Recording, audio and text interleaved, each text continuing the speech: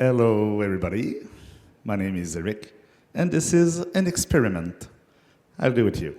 Hope you like it. It will be a bit interactive, so feel free to answer. Raise hand if you want, but you can still answer as you feel it. I don't see the slide there, but I see them there. Okay. So this is a disclaimer, because timing are what they are, so we'll see where we can go, and if I don't have time to finish, I'll be at the bar. The gardener. What we will trying to do this afternoon is to create some archetype, some characters, some personnages in French. What do you think about if I tell you Don Juan? What do you think about? Oh, okay. Charming man. Look at me. Anything else? A mystical guy. Other things? Player. But I'm sure that you thought about things around this kind of concept when I say Don Juan, right? And that's the beauty of stories. That's the beauty of characters, archetypes, mindset too.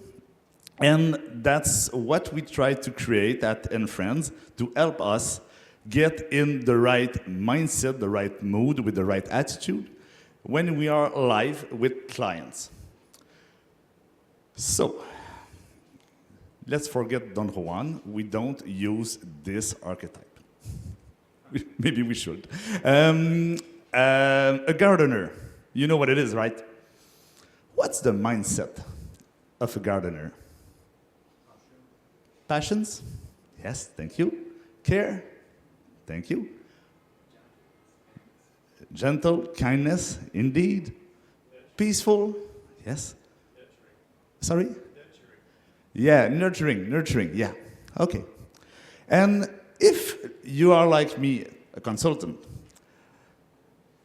what a gardener mindset can bring us when we are facing maybe stressful project, maybe long-term project, maybe too short-time project?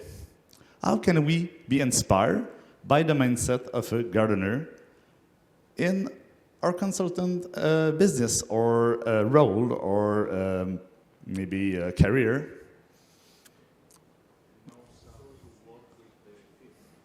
They know how to work with the field. Can you develop a little bit?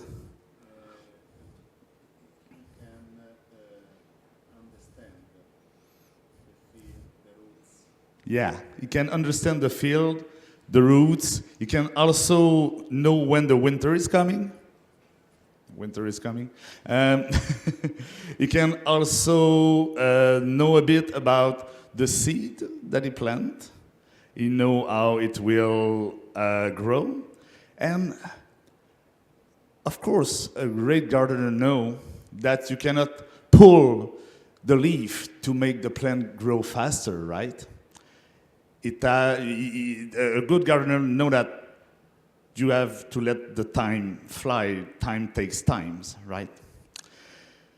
So, a little story of our professional life in the last maybe 3 years about the gardener. We planted a seed more than 2 years ago. It was in Pau, south of France, with a Quebec representative that was there with me in a conference like this about tourism. And it's a story about selling. Sometimes we can be a bit pushy when we sell. And we found out with my business partner, that selling design must take time. Unless you just want to do graphic design with a lot of emojis, you really have to let the people grow and let the idea of redesign grow in their mind. So, south of France, I met this charming person that worked at the Montreal Conference Center. And we start to speak about design. We start to speak about foresight, strategic foresight, like Sonia spoke about this morning. because we had a practice over there over the subject. And how can I say? She was curious. But going back to Montreal, we met her, continued to speak. She said, oh, let's try something. Okay. And quite at the beginning of the Foresight project, we saw that this company need bigger redesign effort. As it was a public company, the source was difficult to identify. But yeah, we planted some seed about, this is how we can redesign an enterprise, this is how we can also redefine what's your mission, identity, etc., etc. But they were not there for that. They were not there in their mind. So let time fly. A year after the Foresight project was ended, we got a call. This person I met in France was changing job, and she was in front of quite a big challenge. She was creating the next big startup accelerator in Canada, over, let's say, over 50 millions as budget, stuff like that. She was quite stressed. And she said, maybe we should try to have a design perspective, because she was starting from scratch, blank page. Okay. And then we met her with her new boss, and we do a little EDGY activity, something like a scan, but way before the scan was invented, officially invented, but EDGY gave us some tips. And he loved it, but it was not really in his mind. He said, okay, wait 3 other months. And we were starting to be a bit, come on, do you try to get just free consulting, or you really want to be serious? And then he called back, and he said, the project changed again. And we have to take a team of around 20 people and to transform the organization to a new mission that was to take startups that were quite a bit popular in Quebec province, Canada, and to bring them on the international market. So let's say that the mission go from there to there with another mindset. This team was used to play a more local role, more like a team building role, and now they will have to become a selling machine on the international market. And it was the story of the last year that we redesigned this organization totally. But they cannot want that if we were pushy, So we had to adapt and to remind ourselves that a part of our consulting business is about being a gardener, waiting, nurturing, taking care, put water on the plant, don't pulling the leaves. So this mindset, I think, will be interesting to develop, because you cannot go faster than your client can go, and they have to make their mind. Ready for another one? I only have 3, don't worry. And I have a challenge for you at the end. Everybody there? Good? Okay. Please, don't yawn and stay with me. The next one will be a bit challenging. Oh, philosophy. How do you measure success in philosophy? How can you measure success in philosophy? Please, somebody. Giving sense to people's life. That's right. Yes. Impacting and growth. Impacting and growth. True. True. Another try, yeah? Change? Consensus. I'm not sure if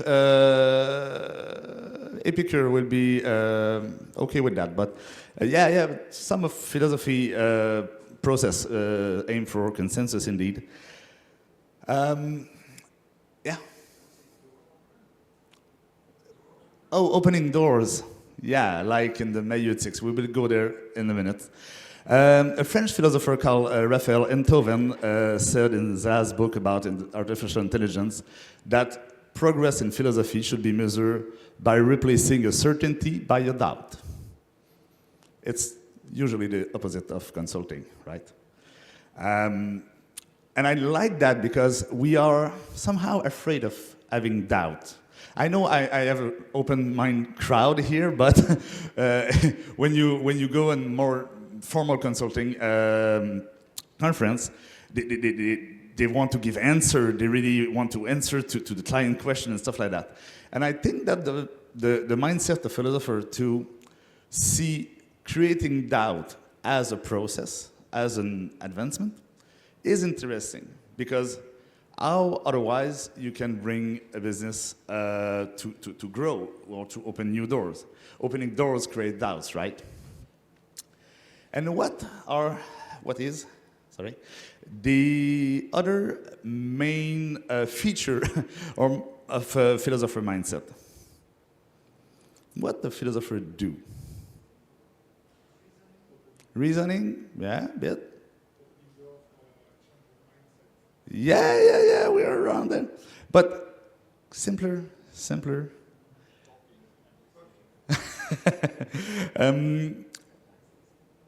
Sometimes listen, yeah. Exactly, thank you. A philosopher now know how to ask questions.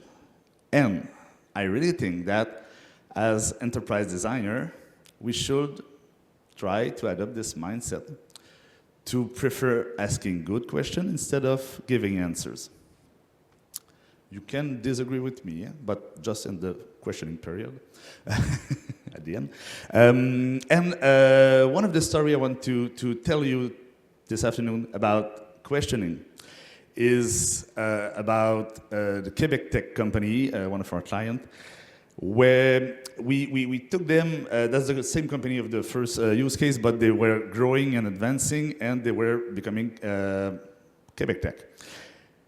And, you know, we had this director.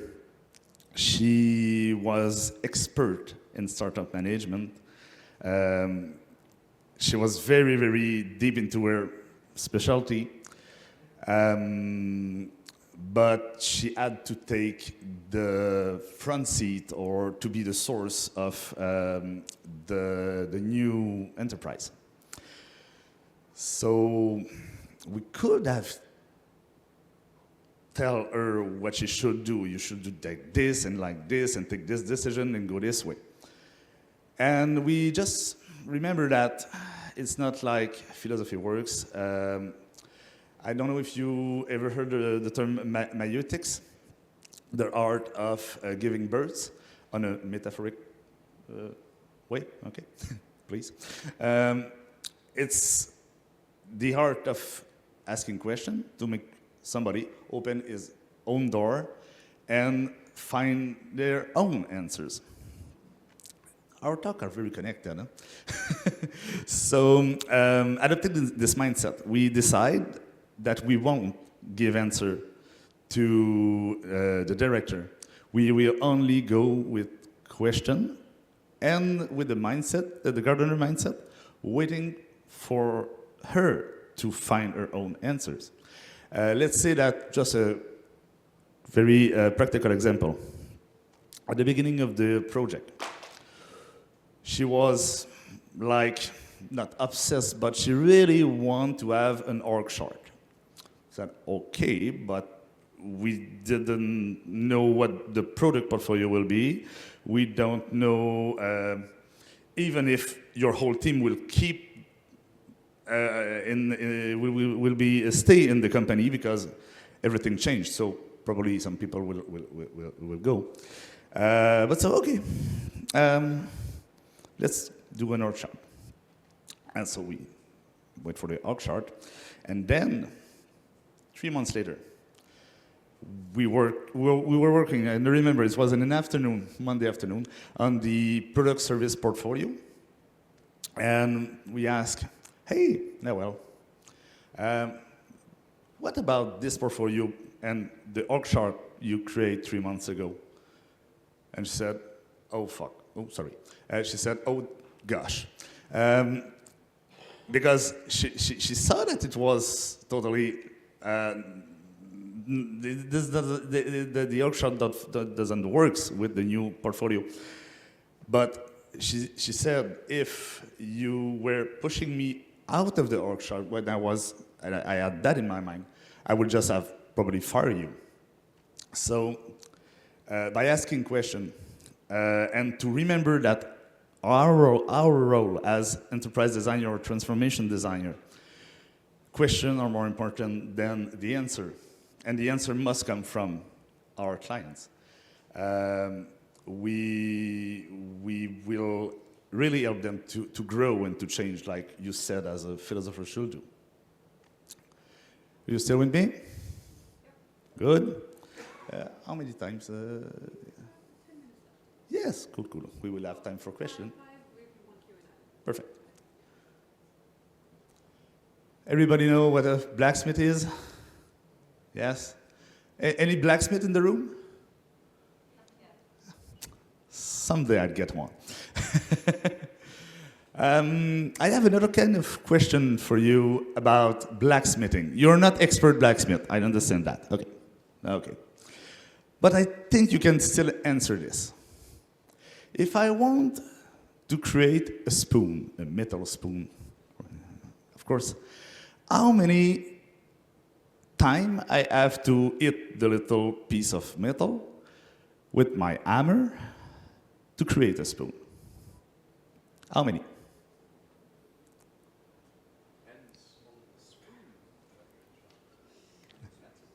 It depends of the spoon I want to make. Okay, that's fair. It's like a botte en touche at football. How many? I want a number. 200? 5,000. Big spoon. 2,004 and something. Okay, but nobody will answer this question with only one. Right? One? Good. You think you can create a spoon with only one hammer hit? I won't argue with that and that. I will keep with my flow, okay? So, wait. Until a spoon is perfect. So you are still with the philosopher. That's fine. Love it. Now, the idea here is that we should, as transformation or enterprise designer, create our process like a blacksmith. We should know that it will take more than one iteration over everything. If you use the EDGY framework or any other frameworks, we really think at Friends that it should be by design that we will have one activity, maybe on identity, one activity on brand, one activity on journey, and we will go back there by design. But a lot of consultancy said, oh, we will do this 2-day retreat and we will totally nail it. And what happens? 6 months, a year after that, doesn't work anymore, it's totally unfit. So what we create with my business partner is that this approach that we will, by design, know that we will come back to every element of an enterprise. And by knowing that in the beginning, we will stop our activity. Like, you know the Ikigai philosophy in Japan? When you, I won't do the whole Ikigai, but there is this principle where you should eat only 80% to be full, never just get stuffed when you eat. It's the same thing. We stop digging on an element when we are 70, 80%. It's good enough. GS always said, is it good enough? Can we continue? Because we know that we will came back later, because everything is built upon each other element. So it's it's totally, I would say by design, but it's a conscious decision that we will go back on everything, and everything change at every time we get back. So, and to end that before the questions, how many hammer, how many tool that a blacksmith have to create maybe a spoon, maybe a suit of armor, or whatever, a shovel? If you ever been in the blacksmith shop, they have a lot of tiny, less tiny, very big hammer, plier, and every other stuff that they use. They have a lot of tool. And it's another thing that we keep in mind.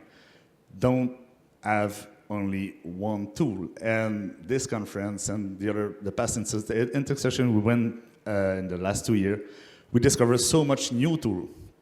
And we want to integrate that. And we want to use EDGY as a language, because a good blacksmith don't have only one hammer. So, if you don't like monoculture, if you don't like dogmatism, and if you are not so fan of assembly line, we should maybe start thinking as transformation designer like a philosopher, a gardener, and a blacksmith. Yay, works.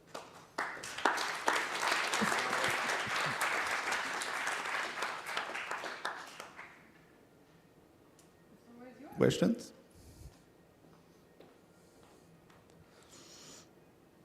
C'est pas grave. Ah, one.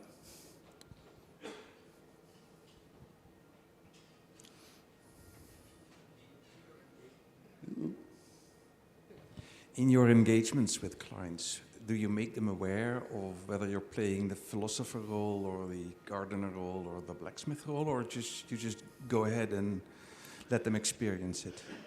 As I said at the beginning of my speech, it's an experiment. We use that with GS and with some other colleagues. We don't tell any clients for now. And we are very inspired by the 35 Patterns book of intersection. And we are maybe thinking of creating the same kind of archetype, like in the pattern, just to help practitioners. Yeah, that makes sense. I'm asking because yesterday we were talking about how aware would you make your clients of the fact that you're using EDGY as a toolkit, right? You can you can start drawing without telling them what the color and the shape of these things means. It could still work for the client, right? You don't have to make them aware. We won't tell them until they ask, but honestly, we had some that said, is that Maieutics? You only ask question?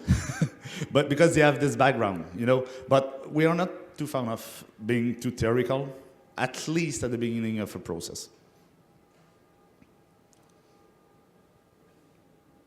I think I was clear then. I have a question. Oh, please do. Is enterprise design really in its early days? I think that we can find a very early presence of enterprise design into Greek philosophers. When Aristotle was teaching the young Alexander, he was designing an empire. So I think it's a very old discipline. Hell no is the answer. Wonderful.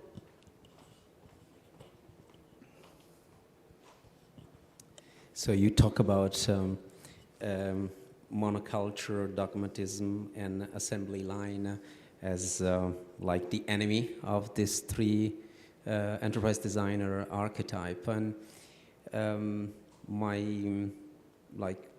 real life question is,